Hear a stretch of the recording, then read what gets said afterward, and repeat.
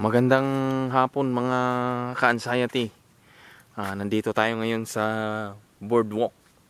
Dito ako ngayon nag-vlog dahil walang distraction. Tsaka medyo tahimik. Ako lang din yung tao dito ngayon. Meron lang akong ibabahagi sa inyo tungkol dun sa pinag-usapan namin nung isang subscriber natin na sabi niya, nagtatanong siya sa akin na ganito, bakit daw itong anxiety niya hindi na daw niya nakakayanan, samantalang marami daw siyang pinagdaanan, marami daw siyang mga problema, mga pagsubok na nalampasan daw niya. Minsan dumaan din daw siya sa na-aksidente siya, tapos hindi naman daw siya natakot hindi mo siya natakot mamatay.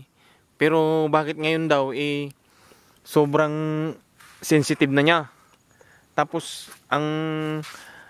parang feeling daw niya ang hina-hina na daw niya. Tapos parang ang bobo-bobo niya at ang tanga-tanga niya na rin. Ganun yung yung sinasabi niya sa sarili niya. Ngayon, hindi daw niya alam kung bakit daw ganun yung mga nararanasan niya at saka yung mga pinagdadaanan niya. Bakit daw hindi mawala-wala? Ano ba daw yung naging dahilan kung bakit nararanasan niya yung ganun? Tapos piling niya nawawalan na daw siya ng pag-asa dahil nga sa mga pakiramdam na yun. Tapos naiinis na rin daw siya sa sarili niya dahil nga sa lagi niya na daw niyang nararanasan yung ganun. Kaya minsan nawawalan na daw siyang ng gana, hindi na daw siya lumalabas ng bahay. At saka ayaw na din daw niyang makipag-usap, samantalang mahilig naman daw siya sa yung makihalubilo. Pero simula daw nung naranasan niya yung ganun, hindi na daw siya nakikihalubilo. Ganito kasi yung paliwanag dyan. Yung katawan kasi natin, meron kasi yan, parang sabihin na natin na meron niyang lagayan ng stress. Parang isang baso na merong lagayan ng stress. Ngayon, yung stress na yun, nalalagyan siya sa tuwing nai-stress tayo o nag-iisip tayo o nag-aalala tayo. Kasi gano'n naman talaga yung anxiety disorder galing yan sa stress at saka sa pag-aalala. Ngayon, kapag nalagyan yon, ibig sabihin, napupuno siya kapag puro stress na yung ginagawa mo sa sarili mo.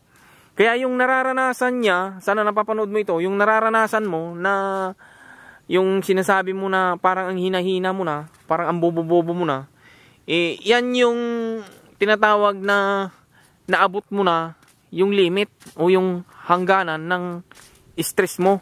Kaya mo na nararanasan yung ganyan. Kasi yung katawan at isipan kasi natin, may hangganan yan, may limit yan. Kaya nga tayo dito sa mundo, wala naman tayong lahat naman tayo mamamatay. Ibig sabihin may hangganan yung buhay natin. So ibig sabihin meron din hangganan yung mga pinagagagawa din natin sa sarili natin.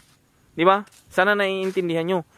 Hindi kasi porket yung ganito, yung halimbawa naiinggit ka na bakit daw yung isang tao ang saya-saya, bakit daw ang lakas-lakas, hindi daw nai-stress, parang walang problema.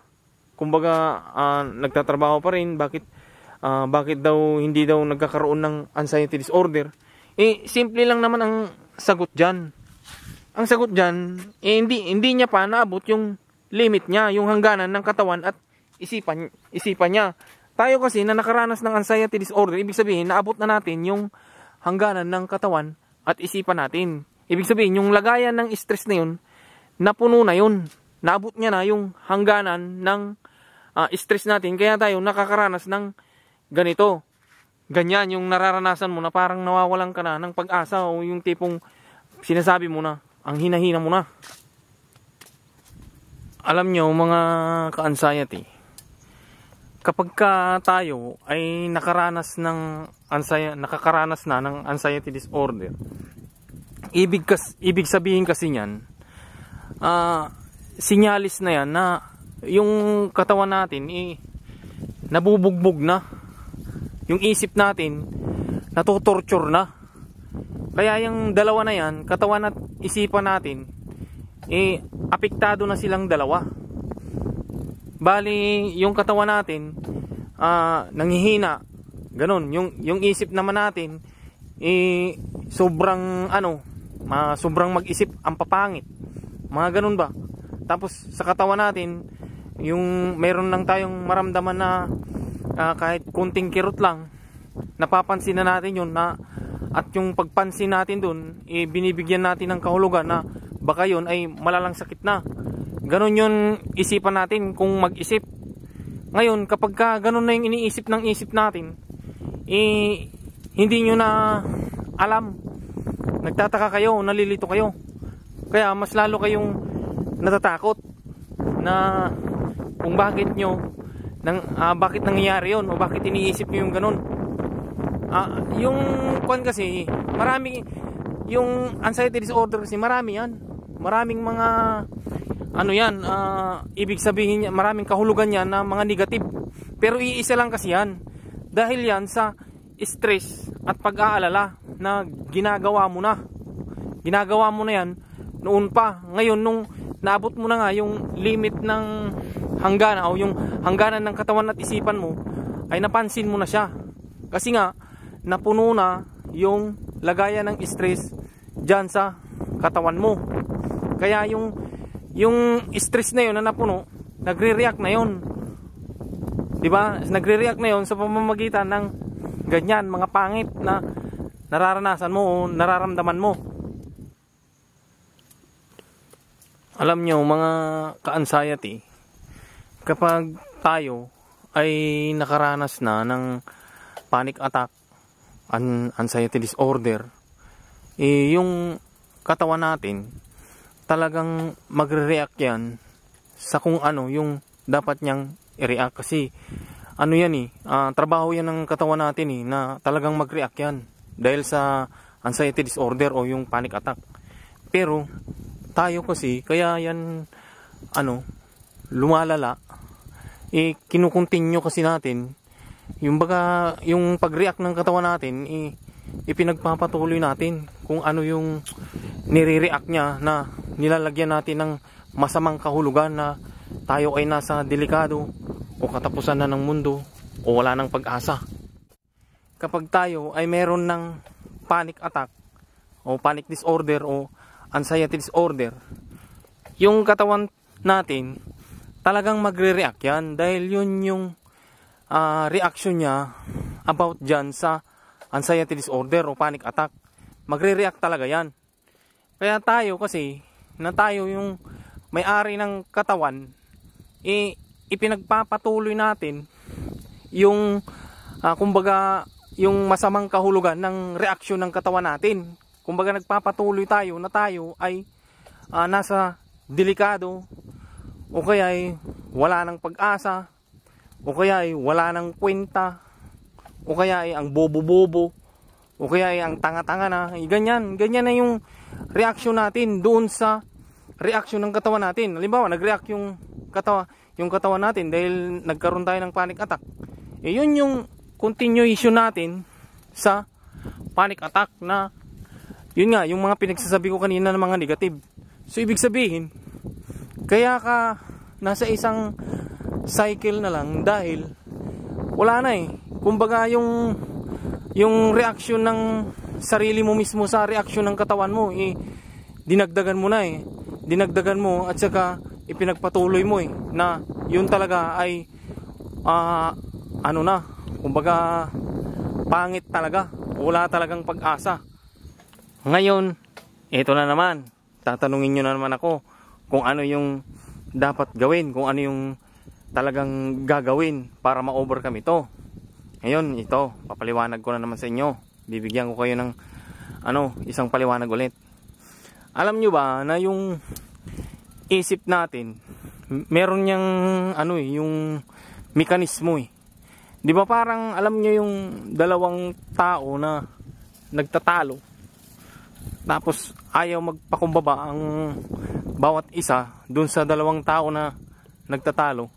Di ba lalo silang nagkakaroon ng tension, lalong gumugulo. Ngayon, Ang ibig kong sabihin dito sa anxiety disorder, kung paano ito i-overcome, kailangan nyo na sabihin nyo sa sarili nyo na ayaw nyo nang makarecover. Okay, bakit? Ito yung paliwanag dyan. Hindi porket sinasabi ko sinasabi nyo na ayaw nyo nang makarecover, ayaw nyo talagang makarecover. Gagawin nyo lang yon para yung anxiety nyo pakisamahan nyo mismo. Kasi yung anxiety nyo sa tuwing hindi kayo pumapayag dyan sa nararamdaman nyo, lalong gumugulo yan, lalong lumalala yan. Ang tawag kasi dito sa sinasabi ko ay pagpapakumbaba. Yung sinasabi ko na ayaw mo nang makarecover, hindi kasi yan porkit ayaw mo nang makarecover ay hindi ka na talaga makakarecover. Itong sinasabi ko ay hindi ito technique, kundi ito ay built-in mechanism ng isip natin. Example, di ba, kapag nagtatalo nga ang dalawang tao, lalong lumalala yung gulo, di ba, lalong tumataas yung tension. Pero kung magpapakumbaba ang isa, di ba, mawawala na yung gulo, kundi huhupa na. Ganyan din yan sa isip natin. Kapag nagpakumbaba na tayo sa anxiety natin, o nga sinasabi natin na ayaw nating makarecover, pero ibig sabihin kasi nun, pinapakasamahan lang natin siya. At saka tandaan nyo kasi, yung anxiety kasi, yan ay kaisipan lang yan. Ibig sabihin, hindi yan gawa. Kaya pakisamahan natin siya sa pamamagitan ng kaisipan din. Kapag nagpakumbaba na tayo sa anxiety natin, ibig sabihin, hindi na tayo nagbibigay ng signal na tayo ay nasa delikado, o yung mga pinagsasabi natin na tayo ay mahina, bobo, tatanga-tanga na, at kung ano-ano pa. Kapag nagpakumbaba na tayo at nakaranas ng discomfort, ibig sabihin, hindi na natin pinagpapatuloy yung problema. Kaya yung lagayan ng stress sa katawan natin ay hindi na natin nilalagyan. At ito ay unti-unti nang hihina yung energy na yan. Dahil nga, hindi na natin siya binigyan ng supply.